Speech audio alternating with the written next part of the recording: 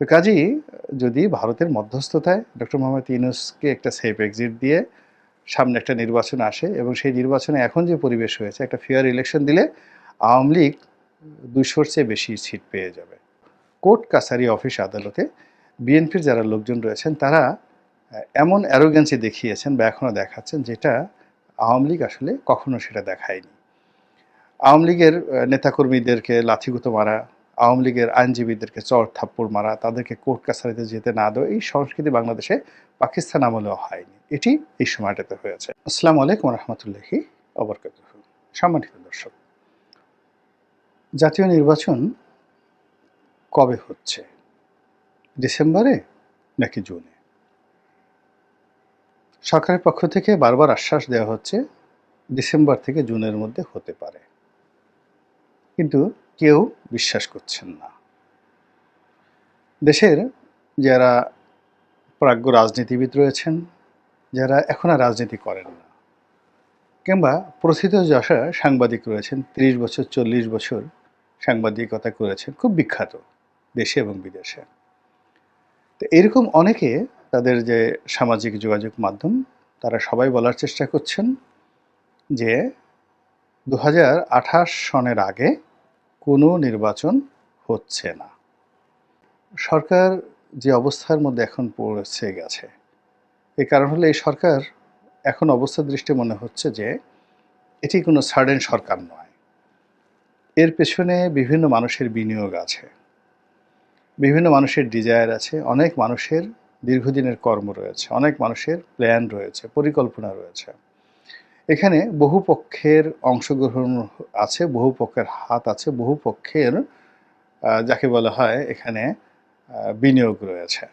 এমন ধরুন হঠাৎ করে আপনি একজন উপদেষ্টা হয়ে গেলেন, আমি নাম বললাম না, যার সঙ্গে ডক্টর মোহাম্মদ ইউনূসের কখনো পরিচয় ছিল না, কিন্তু হয়ে গেছেন। নিঃসন্দেহে এখানে তৃতীয় পক্ষ, চতুর্থ পক্ষ, পঞ্চম পক্ষ এখানে কাজ করেছে। কোনো একজন বিশেষ সহকারী হয়ে গেছেন, যার সঙ্গে ডক্টর ইউনূসের কোনো সম্পর্ক ছিল না, কিন্তু হয়ে গেছেন। তার সঙ্গে এরকম বিভিন্ন পক্ষের যোগাযোগ আছে। তাহলে এই সরকারের যে নিয়োগগুলো হয়েছে এই সময়টাতে, রাষ্ট্রদূত থেকে শুরু করে সচিব, তারপরে অন্যান্য সাংবিধানিক পদ থেকে শুরু করে আরও অনেক জায়গাতে এর সঙ্গে অনেক কিছু জড়িত, লেনদেন জড়িত, প্রভাব জড়িত, প্রতিপত্তি জড়িত, ব্যক্তি স্বার্থ জড়িত, আরও অনেক কিছু। এই সকল স্বার্থকে অস্বীকার করে ডক্টর মোহাম্মদ ইউনূস যদি এককভাবে চানও ডিসেম্বর মাসে নির্বাচন দেবেন, এটা তিনি পারবেন না। তাকে তার লোকদের, প্রিয়জনদের, আপনজনদের কথা শুনতে হবে। ২ নম্বর হলো যে তার মধ্যে এখন সেফ রিটার্ন বা সেফ এক্সিট, এই আতঙ্কটা কাজ করছে। তিনি কি আসলে বেরোতে পারবেন? তিনি কি আসলে নিরাপদে যেতে পারবেন? তিনি কি আসলে ক্ষমতা হারানোর পর বাংলাদেশে থাকতে পারবেন? তার ব্যবসা বাণিজ্যগুলো কি থাকবে? অথবা তিনি যদি বাংলাদেশ ছেড়ে অন্য কোনো দেশে গিয়ে তাকে থাকতে হয়, মঈনুদ্দিনের মতো, ফখরুদ্দিনের মতো, আমেরিকা বা ইউরোপ তাকে কি আশ্রয় দেবে?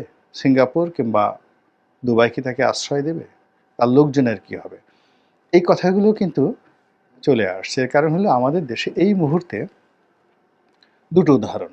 অর্থাৎ বিএনপি যদি ধরুন, তাহলে দেখবেন যে বিএনপির যারা লোকজন তারা লন্ডন, আমেরিকা, দুবাই এখানে যেভাবে নিজেদেরকে, এবং ব্যাংকক যেভাবে নিজেদেরকে সেটেল করে ফেলেছে, একইভাবে আওয়ামী লীগ তারা ভারতকে কেন্দ্র করে যেভাবে আমেরিকা, ভারত, সংযুক্ত আরব আমিরাত, মক্কা, মদিনা, সিঙ্গাপুর, থাইল্যান্ড সব জায়গাতে নিজেদেরকে যেভাবে প্রতিষ্ঠিত করে ফেলেছে, ডক্টর মোহাম্মদ ইউনূসের সঙ্গে এই মুহূর্তে অন্তত হাজার খানেক লোক সম্পৃক্ত হয়েছেন। তারা কোথায় আশ্রয় নেবেন? এখনো পর্যন্ত যেখানে আশ্রয় নেবেন ওইরকম কোনো পলিটিক্যাল সমঝোতা তাদের কারোর সঙ্গে তৈরি হয় নাই। কাজেই তাদেরকে ক্ষমতায় টিকতে হবে, অথবা ক্ষমতা থেকে যদি তাদেরকে চলে যেতে হয় শান্তিপূর্ণ উপায়ে, with good faith and trust, একটা সুন্দর ইলেকশন দিয়ে তাদেরকে যেতে হবে, যেটি এই মুহূর্তে একেবারে শতভাগ সম্ভব হচ্ছে না। মানে শতভাগ নয়, মানে ১ ভাগও সম্ভাবনা নেই এরকম একটা সুন্দর ইলেকশনের। ফলে এখানে সংঘাত অনিবার্য হয়ে পড়েছে। আর এই সংঘাত অনিবার্য যদি সংঘাত হয়ে পড়ে, মারামারি, কাটাকাটি, রাজপথ, এবং আমাদের এই সময়টিতে বিশেষ করে এপ্রিল, মে, জুন, জুলাই, আগস্ট পর্যন্ত খুব খারাপ সময়। ভীষণ খারাপ সময় রাজপথ খুব উত্তপ্ত থাকে, হরতাল, অবরোধ, মারামারি, কাটাকাটি এগুলো চলতে থাকে। এটা বাংলাদেশের একটা চিরাচরিত অবস্থা এবং এই অবস্থাতে বিএনপি যদি রাজপথে নামে একটি আন্দোলনের জন্য, তাহলে সরকার সেটা কিভাবে মোকাবেলা করবে? সরকার কি তার পুলিশ বাহিনীকে দিয়ে, সেনাবাহিনীকে দিয়ে বা অন্য কোনো বাহিনীকে দিয়ে দমন-পীড়ন করতে পারবে? হ্যাঁ, অবশ্যই পারবে। যদি সেনাবাহিনীর সঙ্গে তার একটা সমঝোতা হয়। এর কারণ হলো মূলত বিএনপির যারা লোকজন, তাদের অনেকের নৈতিক মান কমে গেছে। অনেকের মধ্যে আতঙ্ক দেখা দিয়েছে, অনেকের মধ্যে অনিশ্চয়তা দেখা দিয়েছে। এটা সত্য কথা, বিভিন্ন কারণে। এটা বিএনপির মধ্যে অন্তর্দ্বন্দ্ব হতে পারে কিংবা বিএনপির শীর্ষ নেতৃবৃন্দ যারা আছেন, তাদের সঙ্গে যারা জুনিয়র নেতৃবৃন্দ রয়েছেন, তাদের সম্পর্কের অবনতির কারণে হতে পারে। ইতিমধ্যে সরকার যাদেরকে টার্গেট করেছে, তাদের অনেককে সরকার কাছে নিয়েছেন, পদ দিয়ে, পদবি দিয়ে, আরও ধূপ দিয়ে, ধুতি দিয়ে সরকার তাদেরকে কাছে নিয়ে গেছেন এবং তাদের কথাবার্তা সবকিছু এলোমেলো হয়ে গেছে, যা কিনা বিএনপির নেতাকর্মীরা মেনে নিতে পারছেন না। তারপর তারেক রহমান সাহেব, বেগম খালেদা জিয়ার দেশে আসা না আসা, এটি নিয়ে ভীষণ রকম বিতর্ক। এর বাইরে অন্য যে সমস্যাগুলো দেখা দিচ্ছে, সেই সমস্যাটা হলো যে ডক্টর মোহাম্মদ ইউনূস তিনি সম্ভবত একটি রাজনৈতিক স্বপ্ন দেখছেন, রাজনৈতিক ক্যারিয়ার তৈরি করার চেষ্টা করছেন এবং দীর্ঘমেয়াদে যদি তাকে থাকতে হয়, এই জন্য তিনি যথাসম্ভব ছুটোছুটি করছেন, বন্ধু তৈরি করার চেষ্টা করছেন আন্তর্জাতিক অঙ্গনে। আর এসব কারণে নির্বাচন পিছিয়ে যাওয়াটা বা 2026 থেকে 27 থেকে একেবারে 28 পর্যন্ত, 28শে ডিসেম্বর পর্যন্ত চলে যেতে পারে, এরকম আশঙ্কা যেভাবে দেখা দিয়েছে। একই সঙ্গে অনেকগুলো অনিশ্চয়তা। সেই অনিশ্চয়তা হলো সরকারের সঙ্গে ক্যান্টনমেন্টের সম্পর্ক, সরকারের সঙ্গে বঙ্গভবনের সম্পর্ক, এটি নিয়ে কথা হচ্ছে। এমনকি যদি ভারতের সঙ্গে ডক্টর মোহাম্মদ ইউনূসের একটি সমঝোতা হয়ে যায়, যেভাবে 111-এ মঈনুদ্দিন ফখরুদ্দিনের সঙ্গে হয়েছিল এবং তখনও কিন্তু একই ঘটনা। অর্থাৎ তখনও আওয়ামী লীগের সঙ্গে মঈনুদ্দিন ফখরুদ্দিনের যে সম্পর্ক খুবই খারাপ অবস্থায় পৌঁছে গিয়েছিল। প্রথমে আওয়ামী লীগ খুশি হয়েছিল 111 আসার পরে, কিন্তু পরবর্তীতে দেখা গেল যে বিএনপিকে দমন করার পরে আওয়ামী লীগের উপর যে স্টিম রোলারটা, এটা বিএনপির উপর যা চালানো হয়েছিল তার দ্বিগুণ আওয়ামী লীগের উপর চালানো হলো। কিন্তু ভারতের মধ্যস্থতায় আবার সেই আওয়ামী লীগের কাছেই 111-এর মঈনুদ্দিন ফখরুদ্দিন কিন্তু ক্ষমতা হস্তান্তর করেছিলেন। এখানে বিএনপির যে ভয় যে নরেন্দ্র মোদী যেভাবে ভারতের দিকে ঝুঁকছেন, যেভাবে মানে ডক্টর মোহাম্মদ ইউনূস যেভাবে নরেন্দ্র মোদীর দিকে ঝুঁকছেন কিংবা ভারতের সঙ্গে সম্পর্ক স্থাপন করার চেষ্টা করছেন এবং তিনি শুরুতে যেভাবে একটি ভারত বিরোধী মনোভাব তিনি লালন করার চেষ্টা করছিলেন, সেই জায়গা থেকে তিনি সরে এসেছেন।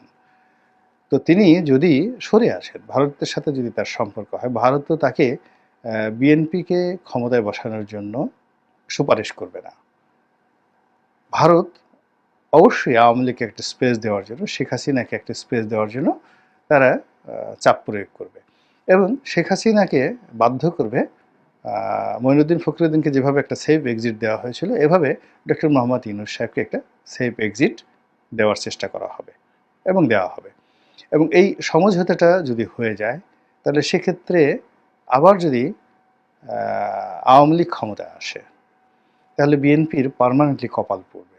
এর কারণ হলো ইতিমধ্যে রাজনীতির যে চাণক্য নীতি, সেই চাণক্য নীতি প্রয়োগ করে